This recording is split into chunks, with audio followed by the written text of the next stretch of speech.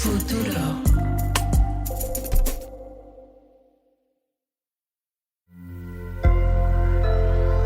Sonoro.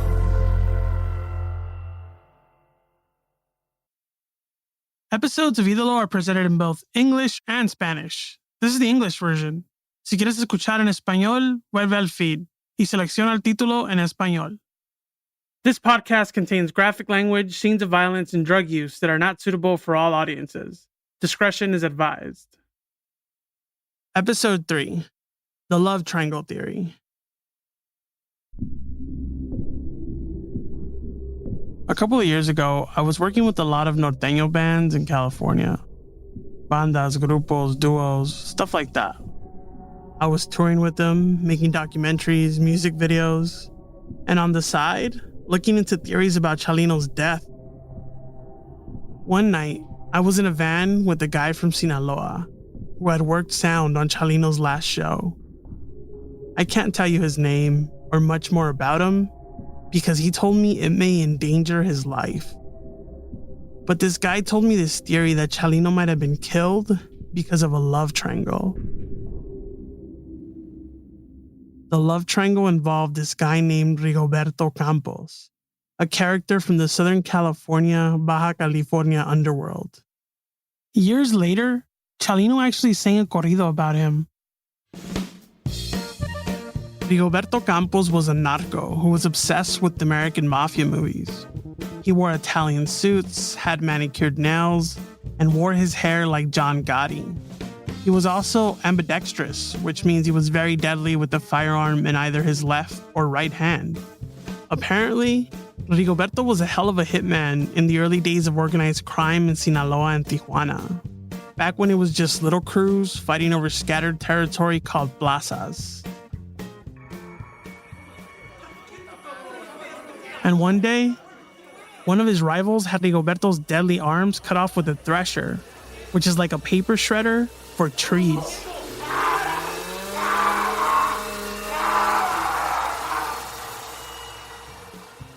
But Rigoberto survived. Chalino sang about it. How Rigoberto got prosthetic arms that were rigged so he could still shoot guns. And even with his fake arms, Rigoberto was as deadly as ever. And you know what's wild? Rigoberto, according to family lore, is a cousin of mine.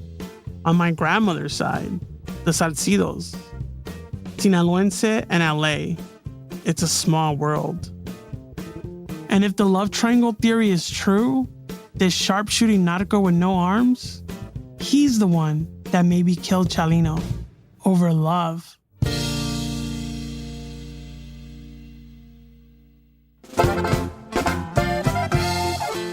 For Futuro Studios and Sonoro, in association with Sin Miedo Productions, I'm Eric Galindo, and this is Ídolo, the Ballad of Chalino Sánchez, a show about the man who would become known as the godfather of narco corridos, whose life would become its own kind of legendary drug ballad.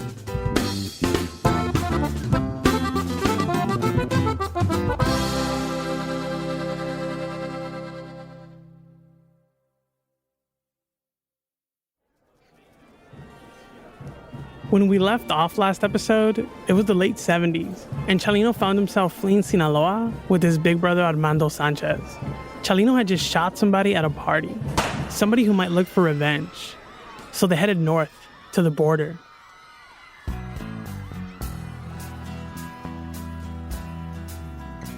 Armando, like many big brothers, seems to be kind of a mentor to Chalino. As they fled from Sinaloa, they became closer. Wherever Armando went, Chalino did too.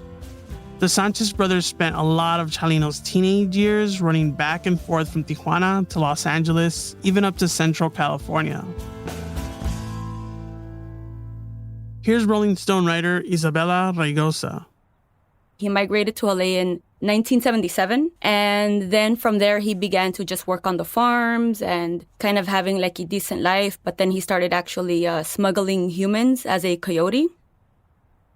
It was a formative time for both the Sanchez brothers and for California.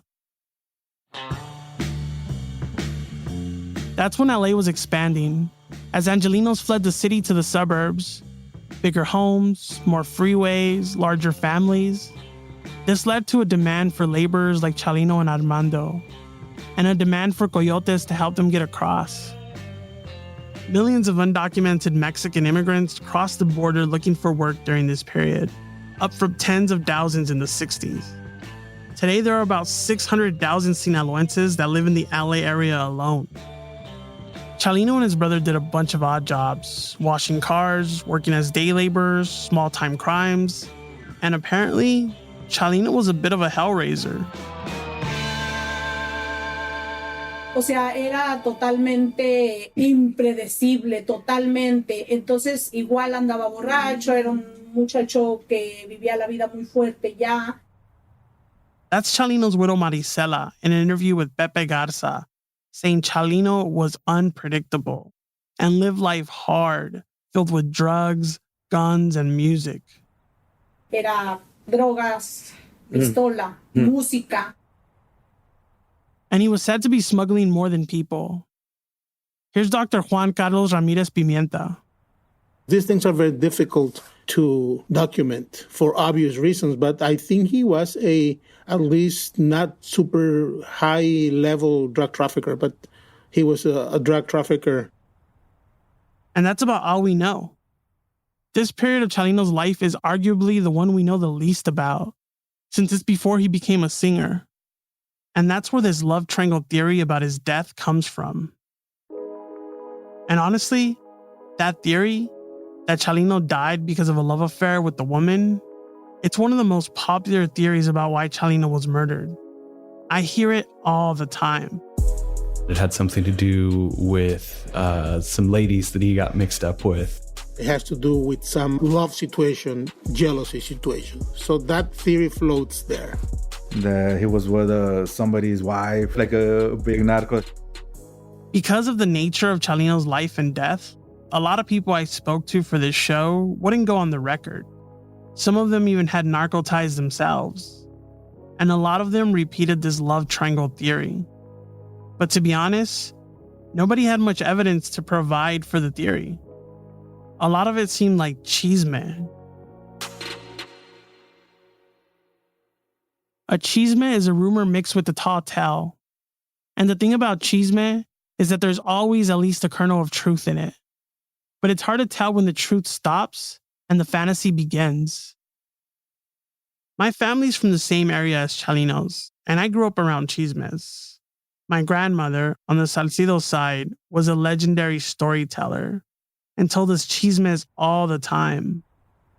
Oh, eso fue en una fiesta que dicen que llegó un hombre muy guapo. This is my mom, Elvia, recounting a famous family chisme from my grandmother about a handsome man who arrived to a party.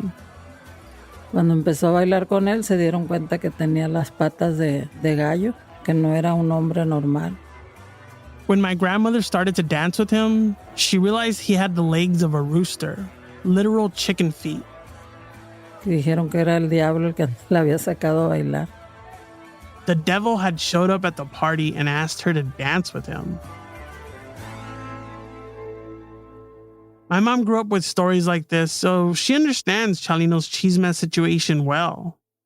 She comes from a small pueblo outside Culiacan, Sinaloa, just like Chalino's family, where storytelling is king, where TVs didn't exist or even much radio back then. And it's a small town. People talk.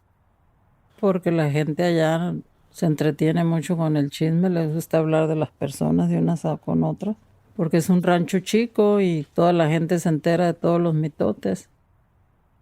My mom says people on the ranch use chismes as entertainment. In fact, one of Chalino's best-known songs is called Los Chismes. A mí los chismes me vienen flojos y no me importa lo que digan por ahí. My all-time favorite song of his is Los Chismes. That's my friend Maria Garcia. We met because I'm a big fan of her Anything for Selena podcast. And it's basically him telling this woman, you know, everybody talks shit about you. Nobody thinks that I should marry you. And he lists off all the reasons people say that she sucks, basically. And then he disputes all of them, or basically says I don't give a fuck, girl, I'm gonna marry you. You know what I mean? I don't care what these chismosos say. Chalino knew that you can't always pay attention to what the chisme says about you. And the Chalino chismes weren't just passed around California. Chana le dijo, oye tú, ese ya está sentenciado. Ya está sentenciado, lo sentenciaron allá en la sierra. That's Vizcocho, a social media star in Sinaloa whose mom was a huge Chalino fan. She's talking about how her nanny loved bringing chismes about Chalino's exploits home to the family dinner table. Chismes si tú quieres, pero pues que tenían que ver con la realidad. She says chismes about Chalino were always swirling, but they always seemed to have truth to them. Which brings us back to the love triangle theory. While I was doing research on this theory, I reread Sam Quiñones' book, True Tales from Another Mexico, in which he writes about Chalino extensively. And I saw something that caught my eye. Sam was writing about Chalino's years in California before he got famous. He wrote that among his jobs during that period, Chalino did a stint as a driver for the owner of a restaurant in Bell Gardens, a guy named Rigo Campos.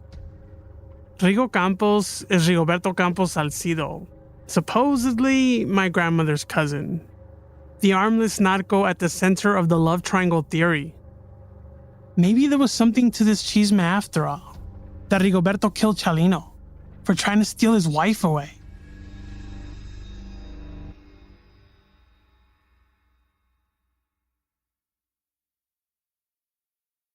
All right, you ready for some chisme mixed with fact? Picture this. The sun is beating high on a young Rigoberto Campos as he works in the camps of La Mesa prison in Tijuana in the early 1980s. He's in prison for drug trafficking. He spots Elizabeth Brenner, a beautiful American missionary who is offering the prisoners salvation. Rigo. She spots Rigo, that's what she calls him, and motions for him to meet at their secret spot. A few minutes later, Rigo is waiting patiently. He grabs a paño and dabs the sweat from the back of his neck. Then he cracks all his fingers in one motion as he spots Elizabeth coming. He's getting ready to wrap his arms around her. She practically leaps into them as they embrace and kiss.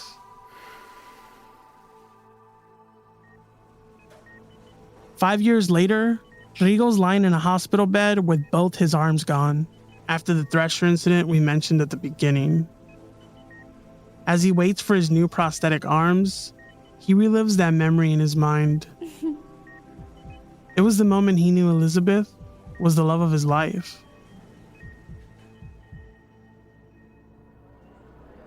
Now it's the late 80s, and we're in the back of a small Italian restaurant in Southeast Los Angeles that Rigo owns. These days, Rigo's known as Don Rigoberto to his crew. Rigoberto's in a war with the narcos who took his arms over the drug trade from the California-Mexico border up to Central California.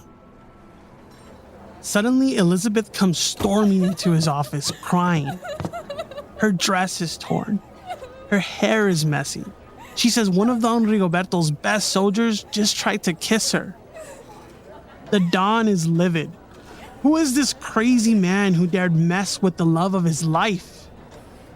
Elizabeth looks at Rigoberto and says, "It was Chalino. Chalino Sánchez just tried to kiss me. His hands were all over me." No, Don Rigo. Esas son puras mentiras, mi Rigo. Chalino comes running in, denying the whole thing.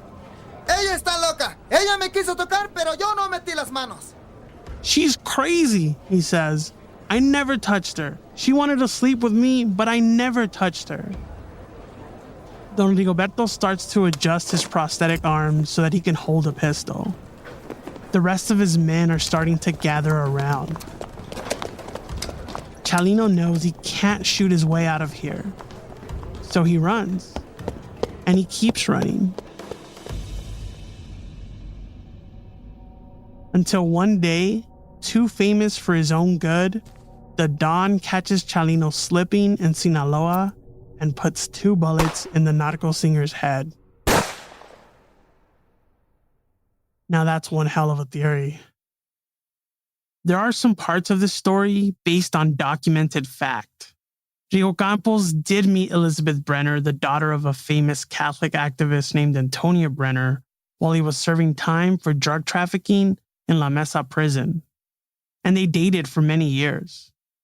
Chalino did apparently work for Rigoberto Campos in Southeast Los Angeles, supposedly helping him run drugs out of a restaurant in Bell Gardens.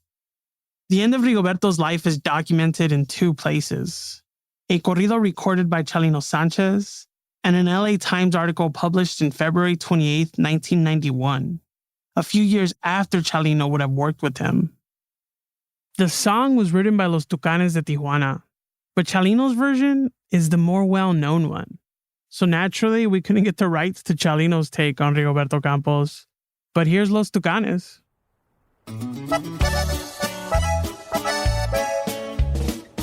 It's the winter of 1991, and Don Rigoberto's driving through Tijuana on his way to bet on the horse races. He's in a white Mercury Grand Marquis being escorted by his bodyguards, who are in another Grand Marquis. En un carro Gran Marquis iba Rigoberto Campos, en otro sus guardaespaldas que lo venían escoltando. They turn on a major boulevard right into a trap set by his rivals in the Tijuana cartel. Cayeron en una trampa de grandes del contrabando. According to the Times article, armed men on both sides of the boulevard then fired 200 rounds using cuerno de chivos, or AK-47s equipped with goat horn-shaped bullet clips, killing Rigoberto Campos and his whole entourage and injuring a lot of innocent people in the process. Con puros cuernos de chivo empezaron a tirar, matando a Rigo al instante y a su guardia personal, hiriendo a gente inocente que cruzaba el bulevar.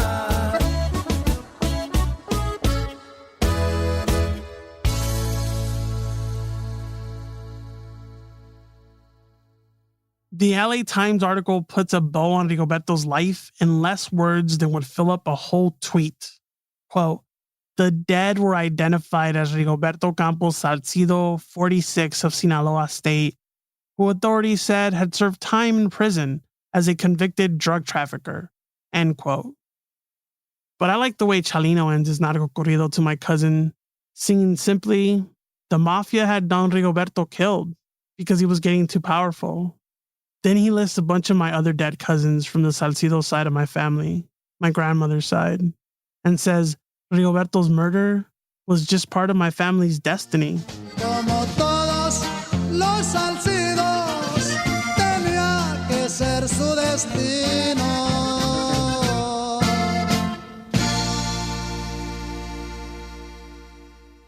Como todos los Salcidos, tenía que ser su destino. Now, it's worth pointing out that Rigoberto was killed before Chalino, so there's no way he could have done the hit himself. But I guess it's possible he set the hit into motion before his death. But to be honest, I don't think this theory is the one. It's seductive to think that a love triangle was the cause of Chalino's death, but there's just too much chisme and not enough fact in this theory. And besides, this Rigoberto Campos song is an ode to his boss. The way Chalino sings it, and how he gives him his props, it's all respect and all love. The theory in the end just doesn't make sense.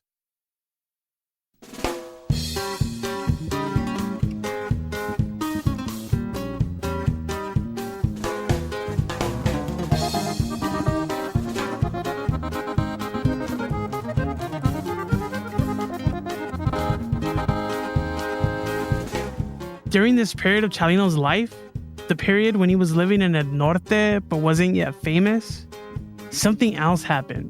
that really would change everything. It was his brother, Armando Sánchez.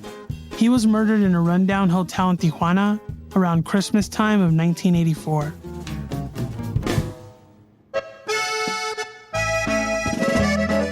This tragedy was the spark that lit the fire that turned Chalino into a legend. Because to preserve the memory of his brother, Chalino immortalized this incident in the first corrido he ever wrote, called Armando Sánchez. Armando Sánchez, tu nombre, más siempre queda presente. Chalino sings that Armando was killed in a Tijuana hotel by someone he trusted, that he was shot 7 times on a cold December morning. Unlike many of his later corridos, Chalino sings to his brother in the first person, as if he's in the room with him.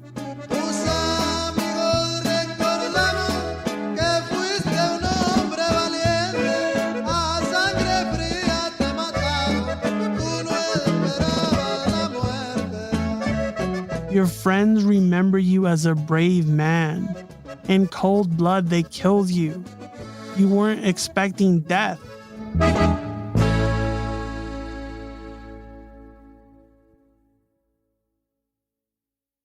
There are chismes that Armando was murdered to pay a debt he owed on that local boss he killed in Sinaloa when he and Chalino were just teenagers. There are rumors that the guy who killed Armando wound up dead a few days later, maybe at Chalino's hands. But those are just chismes.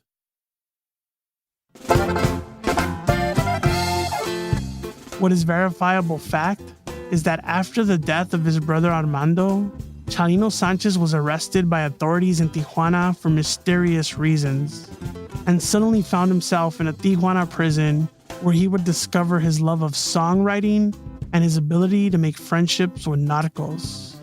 And that combination would end up making a legend. When Chalino was in prison, he ended up befriending a lot of people involved in the mafia, and he ended up writing a lot of songs for these inmates. En cuanto empezó a cantar Chalino Sánchez con mi acordeón, se me olvidó lo que yo decía que cantaba muy feo. Me encantó, me gustó mucho. They used to say, oh, Chalino Sánchez is the person who invented narcocorridos. That wasn't the case. But he did bring new life into narcocorridos. What made him popular was that he was an artist of the people. The birth of Chalino el Músico. That's on the next episode of Ídolo, the Ballad of Chalino Sánchez. Él llegó a California en calidad de ilegal.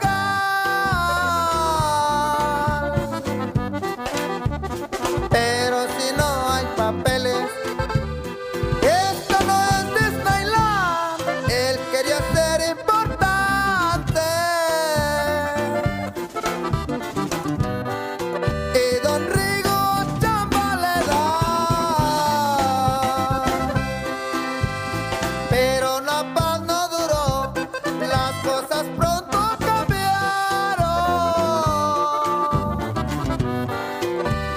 Por causas desconocidas, unos matones llegaron, a su hermano lo mataron. Y a Chalino lo encarcelaron.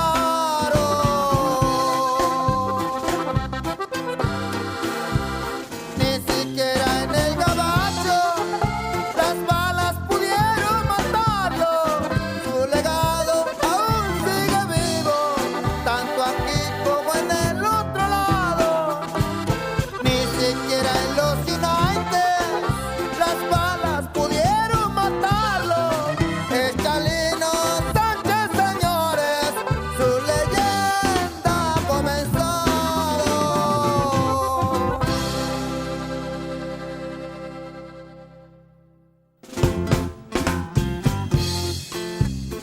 This podcast is written and reported by Eric Galindo, Alejandro Mendoza, and Juan Diego Ramirez. It's edited by Marlon Bishop and Carmen Graterol, with help from Rodrigo Crespo. It's produced by Juan Diego Ramirez and Liliana Ruiz, with help from Nicole Rothwell, Evelyn Uribe, and Angelina Mosher Salazar. Executive produced for Sonoro Media by Jasmine Romero and Joshua Weinstein. For Futuro Studios by Marlon Bishop and for Sin Miedo by Eric Galindo. Sound design and mixing by Manuel Para. Original music by Hector Fernandez with the help of Alex Mendoza, Carmen Graterol, Jasmine Romero, myself, Eric Galindo, and Juan Diego Ramirez. Performed by Simon Temoxle, Javier Zabaleta, Junior Arizmendi, Gerardo Albaran, and Leonardo Cano, aka Quinto Zurdo. Music supervision by Big Sync. Special thanks to Natalia Sañur as Elizabeth Brenner and Simon Temoxle as Chalino Sánchez. I'm your host, Eric Galindo. Peace out!